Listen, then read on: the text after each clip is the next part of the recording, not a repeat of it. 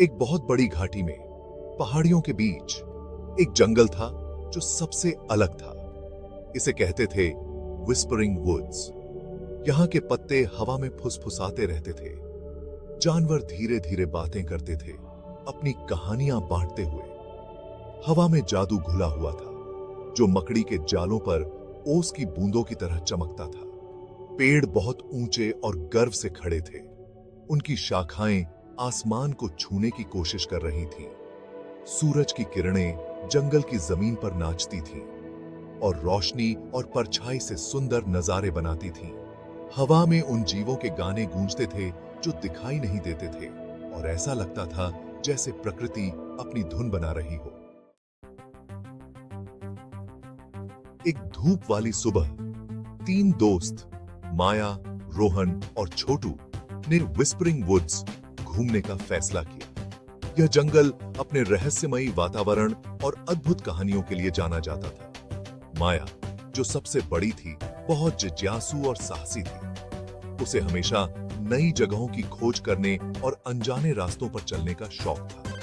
रोहन अपनी प्यारी सी मुस्कान के साथ हमेशा मस्ती करने के लिए तैयार रहता था। उसकी हंसी और चंचलता से जंगल की शांति में भी एक नई ऊर्जा आ जाती थी। छोटू थोड़ा शर्मीला था, लेकिन अपने भाई बहन के पीछे पीछे बड़ी बड़ी आंखों से सब कुछ देखता हुआ चल रहा था। उसे हर नई चीज में एक नई कहानी दिखती थी। जैसे जैसे वे अंदर जाते गए, जंगल का रास्ता सूखे पत्तों से ढका हुआ नजर आया। पत्तों की सरसराहट ने उन्हें एक अद्भुत संगीत का एहसास कराया। उनके पैरों के नीचे पत्ते सरसराहट करते थे, जैसे जंगल के किस्से सुना रहे हों। हर कदम पर उन्हें ऐसा लगता था जैसे वे किसी जादुई दुनिया में प्रवेश कर रहे हों। माया आगे आगे उड़ती हुई जा रही थी। उसकी हंसी पेड़ों के बीच गूंज रही थी। उसकी हंसी से जंगल की शांति में भी एक नई जान आ गई थी। रोहन एक सुंदर तितली के पीछे भाग रहा था, जिसके पंख चमकीले रंगों से सजे हुए थे। तितली की उड़ान ने उसे और भी उत्साहित कर दिया। छोटू अपनी दीदी का हाथ पकड़े हुए ऊंचे ऊंचे पेड़ों को देखकर दंग रह गया। उसे ऐसा लग रहा था जैसे ये पेड़ आसमान को छू रहे हों और उनके पास अनगिनत कहानियां हों। अचानक सूरज की रोशनी फीकी पड़ने लगी।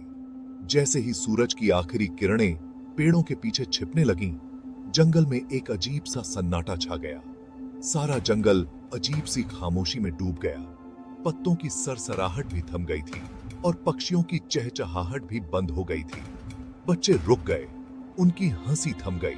वे एक दूसरे की ओर देखने लगे जैसे कुछ अनहोनी का इंतजार कर रहे हों। उन्हें अपने आसपास किसी की मौजूदगी का एहसास हुआ, जो दिखाई तो नहीं दे रहा था, लेकिन महसूस जरूर हो रहा था। हवा में एक अजीब सी ठंडक थी जो उनकी रीढ़ की हड्डी में सिहरन पैदा कर रही थी। क्या तुम्हें भी ऐसा लगा? माया ने फुसफुसाते हुए पूछा। उसकी आंखें डर के मारे बड़ी हो गई थीं।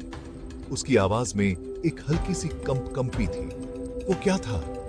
रोहन अपनी दीदी से चिपक गया। उसका चेहरा पसीने से तर हो गया था। उसकी सांसें तेज हो रही थीं और दिल की धड़कनें बढ़ गई थीं। छोटू, जो आमतौर पर निडर रहता था, वह भी अचानक हुए इस बदलाव से डर गया था। उसकी आंखों में भी डर साफ झलक रहा था। तभी उन्होंने उसे देखा। एक हल्की सी रोशनी, जैसे पानी पर चांदनी, पेड़ों के बीच टिमटिमा रही थी। वह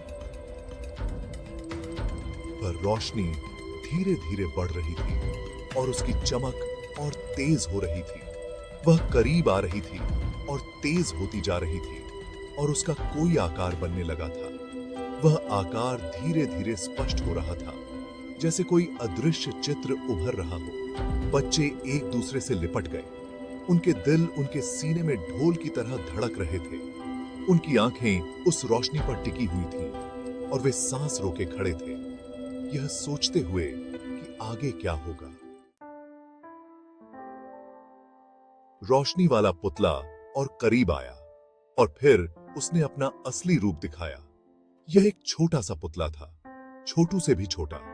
उसकी आंखें बड़ी और दयालु थीं। जो एक नरम रोशनी से चमक रही थी। उसके लंबे लहराते बाल चांदनी की तरह सफेद उसके कोमल चेहरे को और भी खूबसूरत बना रहे थे। बच्चों ने देखा कि हैरानी की बात है, यह एक भूत था, लेकिन यह भूत बिल्कुल भी डरावना नहीं लग रहा था। वह बच्चों पर मुस्कुराया और जब उसने बोलना शुरू किया तो उसकी आवाज बहुत ही मधुर थी, जैसे हवा में झूलने वाली घंटियां। डरो मत, भूत ने कहा। उसकी आवाज एक हल्की सी फुसफुसाहट जैसी थी। मैं इस जंगल का रक्षक हूं, मैं तुम्हें कोई नुकसान नहीं पहुंचाऊंगा। भूत के प्यार भरे व्यवहार से निश्चिंत होकर बच्चे धीरे धीरे सामने आने लगे। माया, जो हमेशा बहादुर बनती थी, आगे आई। नमस्ते, उसने कहा। उसकी आवाज थोड़ी डरी हुई थी। हम माया, रोहन और छोटू हैं। हम तो बस जंगल घूमने आए थे। भूत की मुस्कान गायब हो गई। मैंने अपनी एक बहुत कीमती चीज खो दी है, उसने कहा। उसकी आवाज उदासी से भरी हुई थी। एक हार जो मुझे इस जंगल ने दिया था, वह कहीं खो गया है। जब तक मुझे वह नहीं मिल जाता, मैं चैन से नहीं बैठ सकता। हम आपको ढूंढने में मदद कर सकते हैं, रोहन ने तुरंत कहा। उसका डर गायब हो गया था। माया और छोटू ने भी हां में हां मिलाई। उन्हें उदास भूत पर बहुत तरस आया और वे उसकी मदद करना चाहते थे। और इस तरह उनकी खोज शुरू हुई। बच्चे भूत के साथ हर जगह देखने लगे। उन्होंने झाड़ियों के नीचे, पेड़ों के पीछे और यहां तक कि चमकती हुई नदी में भी देखा। भूत उनकी दयालुता से बहुत खुश हुआ और वह उम्मीद से भरे दिल से उनका पीछा करता रहा। आखिरकार छोटू, जो चमकीले रंग के कुछ मशरूम के पास देख रहा था, चिल्लाया, गया। उसने एक पतली सी चांदी की चेन उठाई, जिस पर एक छोटा सा क्रिस्टल लटक रहा था। क्रिस्टल भूत की तरह ही चमक रहा था। भूत हैरान रह गया। मेरा हार, वह खुशी से चिल्लाया। उसकी आवाज में खुशी साफ झलक रही थी। माया ने धीरे से छोटू से हार लिया और उसे भूत को दे दिया। जैसे ही भूत ने उसे पहना, एक तेज रोशनी ने चारों तरफ उजाला कर दिया। जब रोशनी कम हुई तो भूत पहले से कहीं ज्यादा चमकदार लग रहा था। वह बच्चों पर मुस्कुराया। उसकी आंखें कृतज्ञता से चमक रही थीं। तुमने जंगल की बहुत बड़ी सेवा की है, उसने कहा। तुम्हारी दया के लिए मैं तुम्हें एक वरदान दूंगा। बच्चे एक दूसरे की तरफ देखने लगे। वे कुछ भी मांग सकते थे, लेकिन तभी माया बोली, हमें किसी वरदान की जरूरत नहीं है, उसने कहा। आपकी मदद करना ही हमारे लिए सबसे बड़ा इनाम है। भूत उनकी दरियादिली से बहुत प्रभावित हुआ। उसने महसूस किया कि इन बच्चों के दिल कितने साफ और सच्चे हैं। बहुत बढ़िया, उसने कहा। उसकी आवाज बहुत प्यार से भरी हुई थी। तुम्हारी मदद के लिए मैं हमेशा आभारी रहूंगा, लेकिन मुझे तुम्हें इस दिन को याद रखने के लिए कुछ तो देना ही होगा। यह एक छोटा सा तोहफा है जो तुम्हें हमेशा इस पल की याद दिलाएगा। जब भी तुम्हें मदद की जरूरत हो, इस जगह पर वापस आना, मैं तुम्हारी बात सुनूंगा। भूत की आवाज में एक अजीब सी शांति थी जो बच्चों के दिलों को छू गई। और कृतज्ञता से भरी मुस्कान के साथ भूत धीरे धीरे गायब हो गया, जैसे कि वह कभी था ही नहीं। उसके जाने के बाद बस एक हल्की सी रोशनी और जंगली फूलों की खुशबू रह गई। यह खुशबू बच्चों के दिलों में हमेशा के लिए बस गई। बच्चे एक पल के लिए चुपचाप खड़े रहे। उनकी आंखों में भूत के प्रति कृतज्ञता और आश्चर्य का मिश्रण था।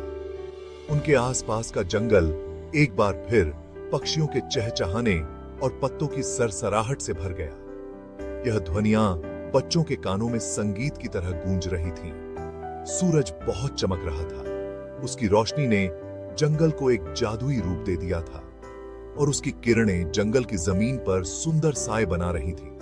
यह दृश्य बच्चों के दिलों में हमेशा के लिए बस गया। इस साहसिक कार्य ने उनके दिलों को खुशियों से भर दिया था। वे जानते थे कि उन्होंने एक अनमोल दोस्त पाया है जो हमेशा उनकी मदद के लिए तैयार रहेगा। जैसे ही वे विस्परिंग वुड्स से बाहर निकले, हाथों में हाथ डाले वे अपने साथ कोई जादुई तोहफा नहीं ले जा रहे थे, बल्कि कुछ और भी कीमती ले जा रहे थे। अपने साहसिक कार्य की यादें, दूसरों की मदद करने की खासियत और यह ज्ञान कि सबसे अनोखी जगहों पर भी दयालुता का फल हमेशा मिलता है। और विस्परिंग वुड्स, जो हमेशा के लिए जादुई बन गया था, अपने इस रहस्य को अपने पास रखे हुए था, दयालु बच्चों और आभारी भूत की कहानी को फुसफुसाता।